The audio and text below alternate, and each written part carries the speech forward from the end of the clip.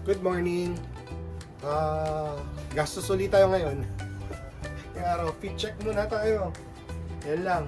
Tapos na ano tayo ngayon? Socony Shadow. Yan, ito pala. Lubad ko na. Okay, gastos ulit tayo ngayong araw na to. Tara. First spot natin ngayong araw. Value World pa rin. Nuna natin yung malayo, tapos palapit tayo. Ito yung mga napili natin dito. Ito may tama to, oh. Kaya iwan natin. Tapos ito, masyadong malaki, tapos mahal. Oh, bitin pati siya. Ito, mahal na ito, classic sa ano, vintage na ano, Tommy, tapos makapal siya. Mahal. Tapos ito, Emporio Armani, maliit na size. Tapos mahal din. Oh, maliit saan. Ito malaki. Size 11 na, mahal pa. Oh, ano na to, duster na. Ito si Ichigo. Nike running. Ito ay magandang graphic lang, back and forth like new. Team Kong. Ito size XS, Star Wars periodic table o villains. Ito penguin na size small, pag-isipan natin to. Ito size small. Ito medium. Ito banana rep, kaya ako lang kukunin dahil may pa-patch siya sa likod. Ito hindi ako kumukuha nito, kaso lang alam ko may bibili nito. Ito ay Dynamite ng BTS, tapos isang RL na cat logo, isang penguin na white. Yan.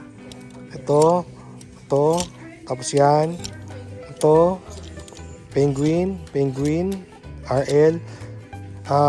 Lacoste, ito pinaka-chamba. Hindi na nakita. Oh, ano yan? Off-white and COS. So yun sa likod, oh. Bam! Ito ang ating find of the day. O baka week or month. Yan. Okay, cash out tayo. Done sa first store. Ito yung nakuha natin, oh. Dami natin nakuha. Pero na mga biniling pang kids. So, kung type nyo, papakita ko rin sa inyo mamaya. Hindi ko na na-videoan sa loob, pero yan yun. Yan. Marami tayong iniwan. Marami. Mahal na yung pinagbayaran natin. Punta tayo sa susunod. Nandito na tayo sa susunod na tindahan. Hindi tayo asa dito to. Tindahan na to. Lagi itong palpak itong tindahan na to eh. Dati meron, pero ngayon wala na. Okay, silip tayo kung ano meron sa loob. Yan. Meron sana isa, super dry. Medium. Pag-isipan natin yan. Hindi naman ganun ka-importante. Palpak talaga yung tindahan yan. Wala talagang laman. Tayo sa susunod. Third store. Another Salvation Army. Yan, laking building nila, oh. Marami na kukuha dito, oh. Dati. Kaso lang marami rin nangunguha. Kaya wala ka na rin makuha. Silip lang tayo uli. Kunin ko sana itong dalawa.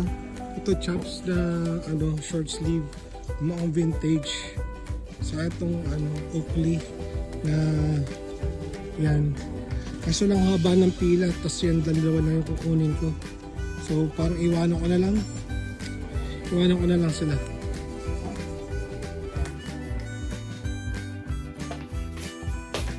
Sup? Okay na tayo.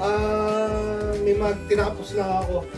Anyways, ito na yung mga na-okay natin para sa araw na to. Bali, isang tindahan lang yung nabilan natin. Tatlo yung pinunta natin, pero isa lang yung binilan natin. Okay na rin.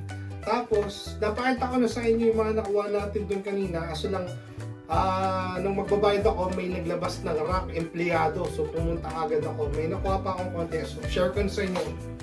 Una-una, hindi ako fan pasensya na sa mga fan ng BTS, ha. Hindi talaga ako fan ng BTS, pero ngayon lang ako nakita nito. So, sa tingin ko, mabibenta ako to sa Pilipinas. No? O, BTS. Yan. Tapos na. Okay. Second, size large. Condition is 9.3, 9.4. Medyo signs of usage. Yan. Pero maalusot naman siguro. Signs of usage. 9.3, 9.4. Mababa. Ganun din to, hindi, okay pala to. Ito 9.5, 9.6, buong buo. Buong buo to, yan. Gray. Basic, size large. Wala pang mga sukat. Okay naman yung neckline. Ay yung yung collar. Ito baka 9.3, 9.3. May signs of usage sa collar, medyo may fading, may fade. Pero hindi ko na maiwanan kasi double XL, mahirap maghanap ng double XL ng penguin. So, kinuha ko na rin.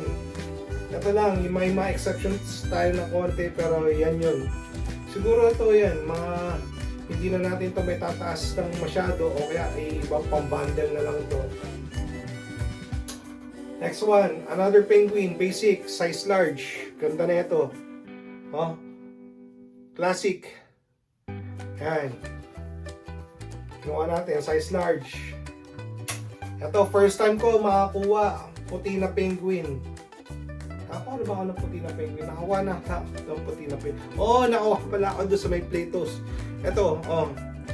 Yung sa pala nakuha akong puti, brand new. Pero ito, parang malapit siya sa honeycomb. Oh. Condition is 9.5 at least. Ayan. Ganda. Size medium. Next one, another penguin. Hindi natin maiwan. Mukhang brand new. Size large. Condition is 9.6, 9.7. Ito. Parang brand new. Next one. This one is burado na yung niya. Pero sa tingin ko medium to, medium. Tapos condition niya is mga 9.4. Basic, pang bundle, pang bahay. O pang at least pang bahay mo, RL pa rin. Wala naman siya mga butas o may signs of usage. Pero still good. Still good.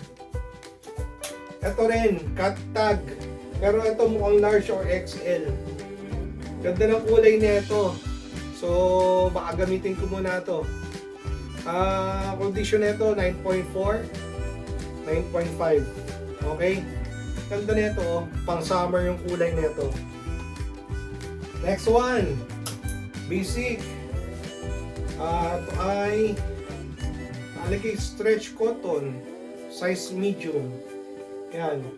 May pagkakaupas ng konti, pero siguro pagka na-plancha, pagka baka tumino itsura nito. Okay? Lalagay ko na sa 9.4. Mabababa yung mga natin ngayon. Pero hindi ko kasi maiwan, mga basic kasi ito yo. Basic. Tapos nakakuha tayo ng isang packet na XS, extra small, pang baby girl. Pwedeng naka-tuck in, pwedeng naka-shorts. Ewan ko paano gagamitin to. Okay, ito na tayo sa magaganda natin nakuha for this day. Size 3 na black, hooded, long sleeve. Wala siyang tama. Ganda nito, size 3. Color rate nito ay 9.5. Hindi siya ganun ka dark. Pero condition siguro mga 9.6. 9.7. Buo pa naman siya. Okay? Ito na. Di napakita ko na sa inyo kanina. Magbabayad na sana ako. May naglabas ng rack. Ito vintage. Cut tag nga lang to. So hindi ko alam kung saan. Hanes, Saints to. Nakalagay. Tapos dated siya 1993. So New Jersey Devils. Hockey ata ito. Pwede ka nagkakamali. Hockey ba yan? O basta yan. 1993. vintage. Tapos ito pa yung isang lumabas. Nung pagdating ko doon, may isang selector din na katulad ko. May hawak-hawak siya na ganito. Akala ko bibitawan niya, tapos binayaran niya. Yung sa kanya, crew neck. So hinahanap niya siguro yung may ano. Ito yung naglabas ng bagong kura. Kaya gusto ko pa sana magstay doon eh. Ito yung lumabas oh. Green Bay Packers na Russell Athletic na made in USA. Size XL ito. So good size, made in USA. Vintage to. Sa tingin ko almost magka-batch siya. 90s din to. Made in USA na Russell Athletic. Oh, tas yung ribbing niya buong buo. Nakasarado pa.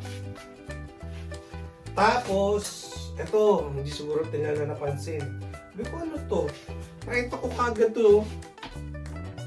Sabi ko, cost to ah. Tapos itong sa, ano to? Ah, off-white. Ayan o, collab pa. Tapos nakalagay dito, hindi ko lang alam ha, kung tama. 2013. Hindi ko alam ha, kung totoo na 2013 yun ha. Oh. Man label. Main label. Oh. Pair of Virgil Abloh, defining the gray area between black and white as the color. Ewan ko. XL, size XL. Anyways, ito, COS na ano, iba yung material niya eh, parang premium nga eh. Oh. Pati yung neckline, yung ano niya, ribbing niya iba. So, mataas yung percentage to na ito ay legit. COS na ano, off-white. Okay? Paminsan-minsan. Yan. Hindi pa tayo doon natatapos. Ito, bonus na lang to. Kumukuha din ako nito, may pagbibigyan ako. Unahin na natin. Ito, oh. Pang kids. Oh. Ito pa. Basic. Pambahay. Oh. At least. Diba? Kung gusto mo ito na, nakatawa, oh. Pang 3 years old. Bass Pro Shop. Okay. Ito. Ang ganda na ito. Carl, ganda na ito. Kaso lang, baka magalit yung ano. Oh. Women's. Oh, ano, female. Girl, pang girl pala, pang girl. Pang girl, ang edad ay 5 years old. 5 years old girl. Oh. Siyempre nakita tayo. Patol din tayo dyan. Patola. Ito ba isa? Size 4. Ito unisex na to. May manggas. Oh, polo bear. And last one, ito. Kinuha ko lang. Ito ay Benetton. Okay. Wala tayong headgear. Wala tayong quarter zip. Pero meron tayong talang sweater na vintage. Yan. Hindi ko alam kung ito na lang ta-thumbnail natin. Oh. Isang packer sa isang off-white. Sama ko yung mukha ko. Yan. Okay. Yan lang. Salamat sa pagsama. Hanggang sa muli uli. Chamba lang. Chamba lang tayo ngayon. Thank you. Paalam.